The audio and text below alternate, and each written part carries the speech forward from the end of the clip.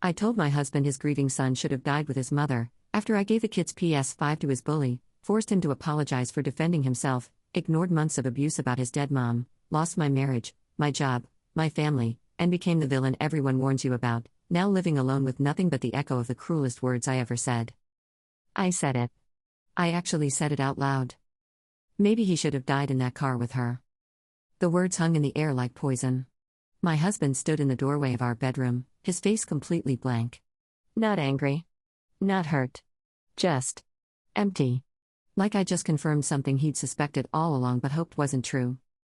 I'm writing this from my sister's couch at 2 a.m. because I have nowhere else to go and I need someone, anyone, to understand how completely I destroyed my life in the span of 3 weeks. Not for sympathy. I don't deserve that. But because maybe if I write it all down, I can figure out how I became this person. 3 weeks ago, I was married to the most patient man I'd ever met. We'd been together for 2 years, married for 8 months. He had a son, Liam, who was 11. Liam had a stutter. Not all the time, just when he got nervous or upset. And he'd lost his mother in a car accident when he was 7. I knew these things when I married John. I thought I was ready. I thought I loved Liam. I told myself I'd be the mother figure he needed. I was lying. To John. To Liam. To myself. The truth is, I resented Liam from the start. Every time John talked about his late wife, Emily, I felt this ugly jealousy crawl up my throat. Every time Liam stuttered, I felt impatient. Annoyed. Like he was doing it on purpose to get attention. I know how that sounds. I know what that makes me. The school situation started about a month ago. Liam came home with his backpack ripped. John asked what happened, and Liam just shrugged, wouldn't make eye contact. The stutter got worse that week. He'd try to tell us about his day and get stuck on words, his face going red, and I'd feel this horrible frustration building in my chest. Just spit it out, Liam, I snapped one night at dinner. John's head whipped toward me. Don't talk to him like that. I'm just trying to help him get through it faster, I said. Liam stared at his plate. Didn't say another word the rest of the meal. 2 weeks later, John's work friend mentioned that her daughter went to Liam's school. She'd heard some kids were giving Liam a hard time. Making fun of his stutter. Saying cruel things about his mom being dead. There was one kid in particular, Mason, who seemed to be the ringleader. John wanted to go to the school immediately. March into the principal's office. I talked him out of it. You'll just make it worse, I said. Kids need to learn to handle things themselves. If you go running in there, Liam will be labeled a tattletale and it'll get 10 times worse. John looked uncertain. I don't know. This sounds serious. Trust me. I dealt with bullies when I was a kid. The best thing is to ignore them. They get bored and move on. He believed me.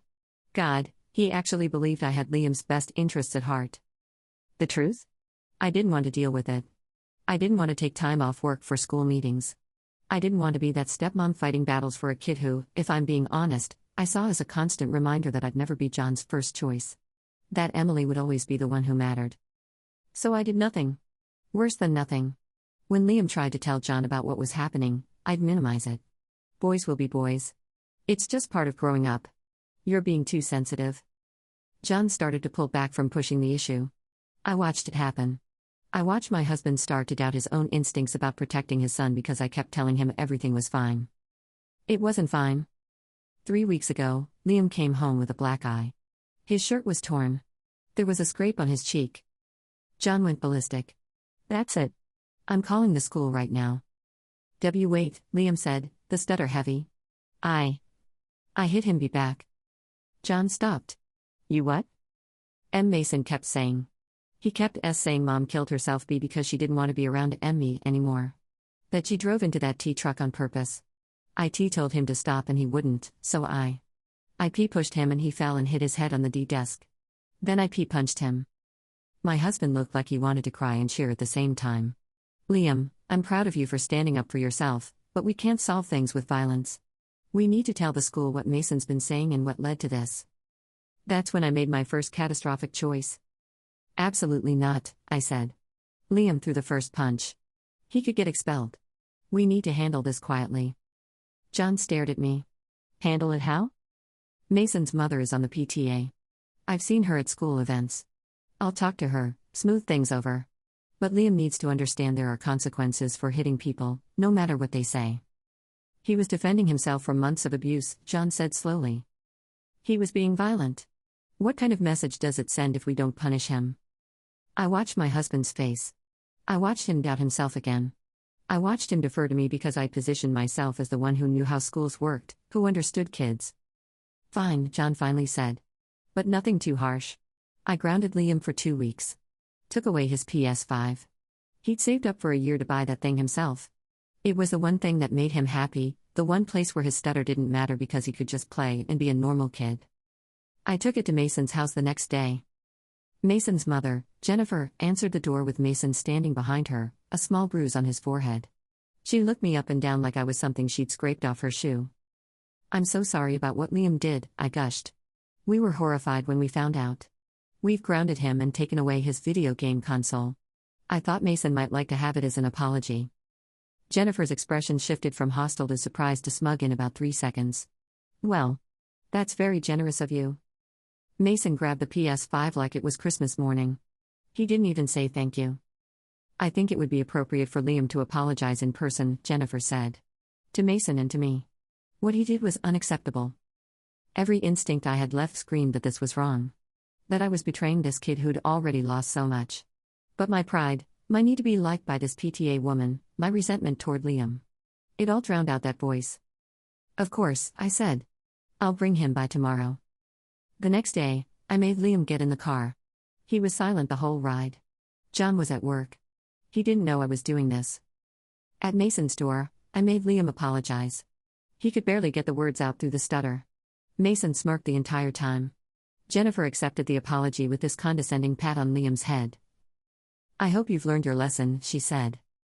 In the car on the way home, Liam asked in the smallest voice I'd ever heard, "See, can I have my PS5 back after I'm ungrounded?"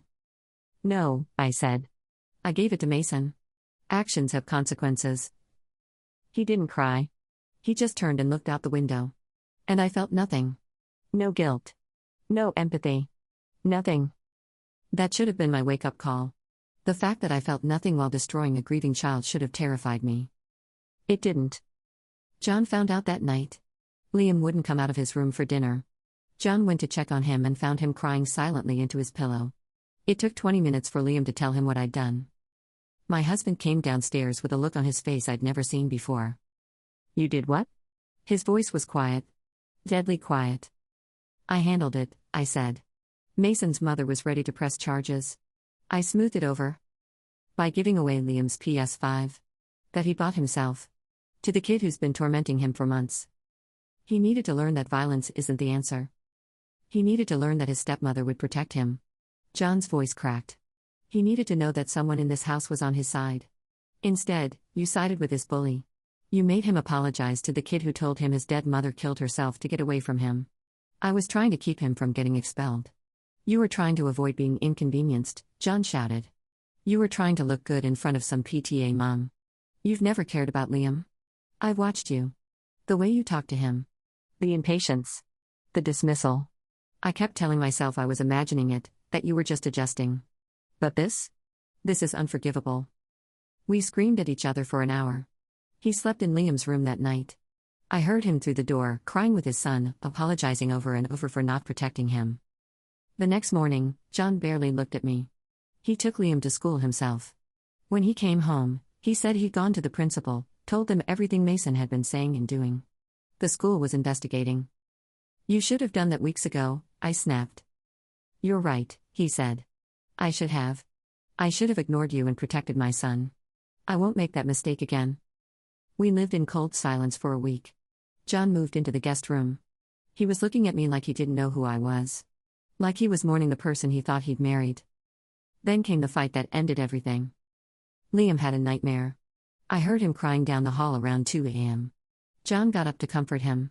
I heard them talking quietly, John's low voice soothing, Liam's stuttered words about his mom, about missing her, about how he wished she was here instead of me. That ugly jealousy just exploded out of me. I stormed down the hall and stood in the doorway of Liam's room. Can we please just have one night without the drama? Some of us have work in the morning. John's eyes went cold. Get out. This is my house too. Get out. I went back to the bedroom. But I was furious. Seething. When John came back 20 minutes later, I was ready for war. "I'm tired of walking on eggshells around him," I hissed. "I'm tired of everything revolving around Liam and his issues and his dead mother." "Don't," John warned. "It's been 4 years, John." 4 years? When does he move on? When do we get to have a normal life? His mother died. He's 11. There is no moving on. There's only learning to live with it. Well, I can't live like this. I was screaming now, not caring if Liam heard. I can't live in the shadow of a dead woman. I can't compete with a ghost. And I'm tired of pretending I care about a kid who will never accept me because he's too busy wallowing in grief. John stood there, shaking. "You need to stop talking. Right now." "Why? Because you can't handle the truth? You know what the truth is? Your son is weak. He's pathetic. He can't even speak properly. He lets himself get bullied and then acts like the victim. Maybe if he'd been stronger, if he'd been less needy, Emily wouldn't have been so distracted driving him around to therapists and special programs. Maybe then she'd still be alive." I was so far gone in my rage that I didn't even realize what I was building to. Didn't realize the cliff I was about to drive us off. "Maybe," I spat, "he should have died in that car with her. Then you could have moved on. Then we could have had a real life instead of this. This memorial to your perfect first family." The silence that followed was absolute. John didn't yell. Didn't cry. Didn't move. He just looked at me with complete and utter disgust. Then he said, "Pack a bag. Be gone in an hour. I'll file for divorce in the morning." "John, if you're here when I come back, I'm calling the police. You will never speak to my son again. You will never contact either of us. If I see you, I will cross the street. We will be strangers. You don't exist to us anymore." He walked out. I heard him go into Liam's room. Heard him say, "Pack some clothes, buddy. We're going to Grandma's for a few days." I heard Liam's small voice, "Did I? Did I make her mad?" And John's response broke something in me that I didn't know could break. "No, Liam. You did nothing wrong. You've never done anything wrong. She did. And I promise you, I will never let anyone hurt you like this again." They left. I stood in our bedroom, shaking, as the reality of what I'd said crashed over me. I told a grieving child he should have died with his mother. I told my husband his son should be dead. There's no coming back from that. I'm sitting here on my sister's couch and I can't stop replaying it. The look on John's face. The way Liam's voice cracked when he asked if he'd made me mad. The sound of the door closing behind them. My sister asked me what happened. I couldn't tell her. I can't tell anyone what I said. They'd never look at me the same way again.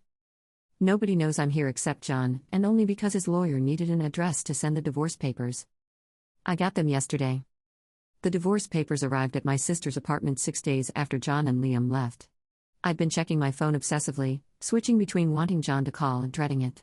He never did. The papers were brutally simple. Dissolution of marriage. Division of assets. No alimony because we'd been married less than a year. He was keeping the house because it was his before we married. I had 30 days to collect my belongings, supervised by his lawyer. There was a restraining order attached. I was not to contact John or Liam directly or indirectly. No calls, texts, emails, social media. I was not to go near their home, Liam's school, or John's workplace. Violation would result in immediate legal action. I stared at that restraining order for hours. This was real. This was permanent. My sister finally asked me what happened. I gave her some vague story about irreconcilable differences, growing apart. She looked at me like she knew I was lying but was too polite to push. That lasted 2 days. Then John's mother called her. They'd been friendly, had each other's numbers from the wedding. Apparently, John's mom wanted to make sure I understood exactly what I'd done, in case I was planning to play the victim. My sister's face when she hung up. I'll never forget it. "Tell me you didn't say that to that little boy." I couldn't look at her. "Jesus Christ," she whispered. "Gab." "What?" "Get out of my apartment. I have a 7-year-old daughter, and I'm not having someone who could say that to a child around her. Pack your stuff and leave." "Where am I supposed to go?" "I don't care. Figure it out." I ended up at a cheap motel for a week, burning through my savings. I still had my job, at least. I worked in marketing for a mid-sized company. I'd taken the week off, told them it was a family emergency. When I went back, I knew something was wrong immediately. People were looking at me differently. Conversations stopped when I entered the break room. My boss called me in on my second day back.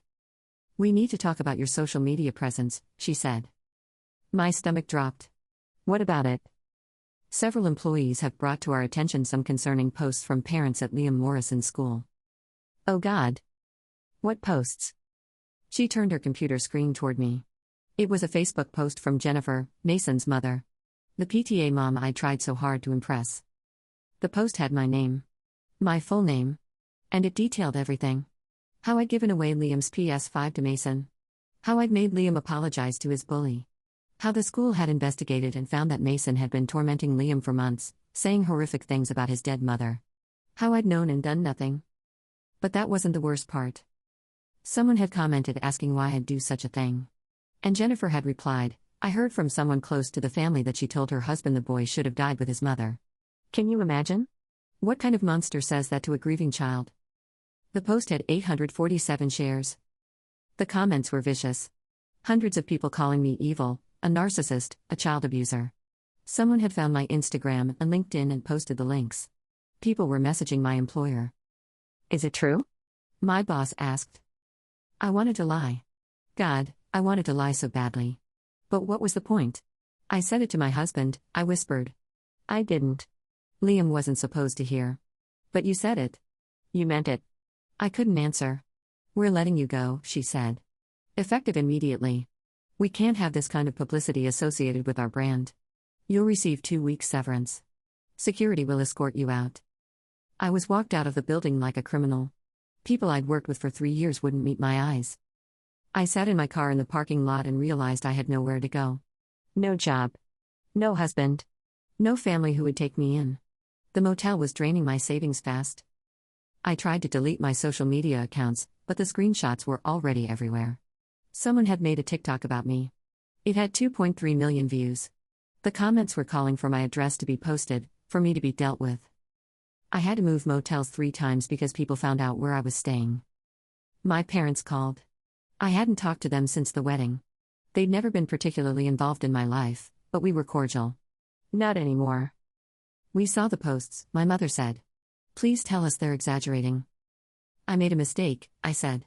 "I said something horrible in the heat of the moment." "You told a child he should be dead." "I told my husband. Liam wasn't supposed to." "It doesn't matter who you told it to." My mother shouted. "You thought it. What is wrong with you?" "I don't know," I sobbed. "I don't know. I was angry and jealous and I snapped. We didn't raise you to be this person." "I know. Don't contact us again. We want nothing to do with this." They hung up. I had no one. I spent days in my motel room, obsessively reading the posts about me. Torturing myself with the comments. Each one was a fresh knife, but I couldn't stop. I deserved every word. Someone found out where John and Liam were staying, at his mother's house, and posted supportive messages on a community group. The outpouring of love for them was massive. Offers of free therapy for Liam. Gift cards. A new PS5 from a local gaming store owner who'd heard the story. I should have been happy for Liam. Instead, I felt this sick envy. Even in my absolute destruction, I was still that petty, jealous person. I tried to write John a letter. Apologizing. Begging forgiveness. I wrote 17 drafts. I never sent any of them. What could I possibly say? Sorry I told you your traumatized son should be dead? Sorry I spent months emotionally neglecting and punishing a child for the crime of existing? Sorry I'm exactly as terrible as you now know I am? The restraining order meant I couldn't send it anyway. 3 weeks after John left, I drove past our old house. I know I wasn't supposed to. I just needed to see it. There was a moving truck outside. John was leaving. Starting over somewhere I'd never find them. I watched from down the street as movers carried out boxes. Liam came out at one point, carrying his new PS5. He looked lighter. Like a weight had been lifted. I'd been the weight. John's mother hugged him, ruffled his hair. He was smiling. I hadn't seen Liam really smile in the entire time I'd known him. He smiled more in the 30 seconds I watched him without me in his life than he had in 2 years with me in it. That's when it really hit me. I hadn't just destroyed my marriage. I'd been destroying that child slowly, day by day, with my resentment and impatience and cruelty. And now that I was gone, he could finally heal. I was the villain. I was the monster in a grieving child's life. I was the evil stepmother from every cautionary tale, Except this was real and I'd done real damage to a real kid who'd already been through hell. I drove back to the motel and looked at my life. 29 years old. No job. No family. No friends, they'd all seen the posts and stopped responding. Savings running out fast. Living in a motel because I couldn't get an apartment without employment verification. I tried to apply for jobs. Every single one ghosted me after the initial screening. My name was too recognizable now. One HR person was kind enough to tell me off the record, "Your online presence makes you unhireable. You're a liability." I tried using my middle name on applications. Didn't help. Background checks found me anyway. I ended up working at a gas station an hour away from where I used to live, under a manager who knew my story but needed someone for the night shift badly enough to overlook it. The pay is minimum wage. I can barely afford rent on a studio apartment in the worst part of town. I see kids come in sometimes with their parents. Normal families. Happy families. I see stepmothers being kind to their stepchildren. I see what I should have been. Last week, a boy around Liam's age came in with his stepmom. He had a stutter. Not as bad as Liam's, but noticeable. He was trying to ask for something and getting stuck on the words. His stepmom put her hand on his shoulder. "Take your time, buddy. No rush." She waited patiently while he worked through it. When he finally got the words out, she smiled and said, "Good job. You got it." The kid beamed at her. I had to go to the bathroom and cry. That could have been me. That should have been me. I had every opportunity to be that person for Liam. Instead, I chose cruelty. I chose resentment. I chose to punish a child for having the audacity to grieve his mother and need support from his father. I've been trying to figure out how I became this person. I've thought about it every single day for 3 months now. The truth? I was always this person. I just hid it better before. The jealousy, the impatience, the need to be the center of attention, the inability to handle someone else's pain without making it about me. That was always there. John didn't turn me into a monster. Liam didn't make me cruel. I was already both those things. They just gave me opportunities to show it. I've tried therapy. The first 3 therapists I contacted refused to take me on after I explained the situation. One told me, "I work primarily with children and trauma survivors. I don't think I could remain objective with you." The 4th agreed to see me. We've had 6 sessions. She's helped me understand some things. How my own insecurities made me incapable of empathy. How I saw Liam as competition rather than a child who needed support. How I dehumanized him to justify my cruelty. Understanding it doesn't fix it. Understanding it doesn't undo what I did.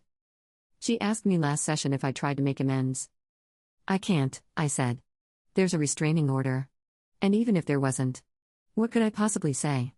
How do you apologize for telling someone their child should be dead?" "You can't," she said quietly.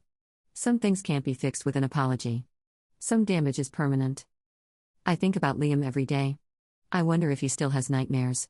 I wonder if he thinks about what I said. I wonder if I added to his trauma in ways that will take years to unpack in therapy. I hope he's okay. I hope John found someone better. Someone kind. Someone who treats Liam the way he deserves. I hope they're happy. I hope I'm forgotten. That's what I deserve. To be forgotten. To be the cautionary tale mothers tell their children about what happens when you let jealousy and resentment poison your heart. I don't get forgiveness. I don't get redemption. I don't get a second chance. I work my night shifts at the gas station. I come home to my empty studio apartment. I eat alone. I sleep alone. I exist alone.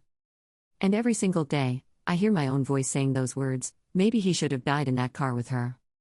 Every single day, I see John's face going empty. Liam's small voice asking if he made me mad. This is my life now. This is what I chose when I chose cruelty over compassion. When I chose my pride over a child's well-being. When I chose to be the villain in a little boy's story. I saw a post last month, someone from John's new town. They mentioned seeing a man and his son at a park, the kid laughing and playing without a stutter in sight. "So nice to see happy families," the post said. I think it was them. I hope it was them. I hope Liam plays video games with friends who are kind to him. I hope he has teachers who are patient with his stutter. I hope he has people in his life who protect him instead of punishing him for existing. I hope he never thinks about me at all. Last night, I dreamed I was at that crash site. The one where Emily died. In the dream, I saw her pull Liam out of the car before it exploded. She was holding him, telling him everything would be okay. Then she looked at me and said, "Stay away from my son." I woke up sobbing. I'm writing this from my apartment at 4 a.m. because I can't sleep. Because I need to confess to someone, even if it's just strangers on the internet who will rightfully hate me.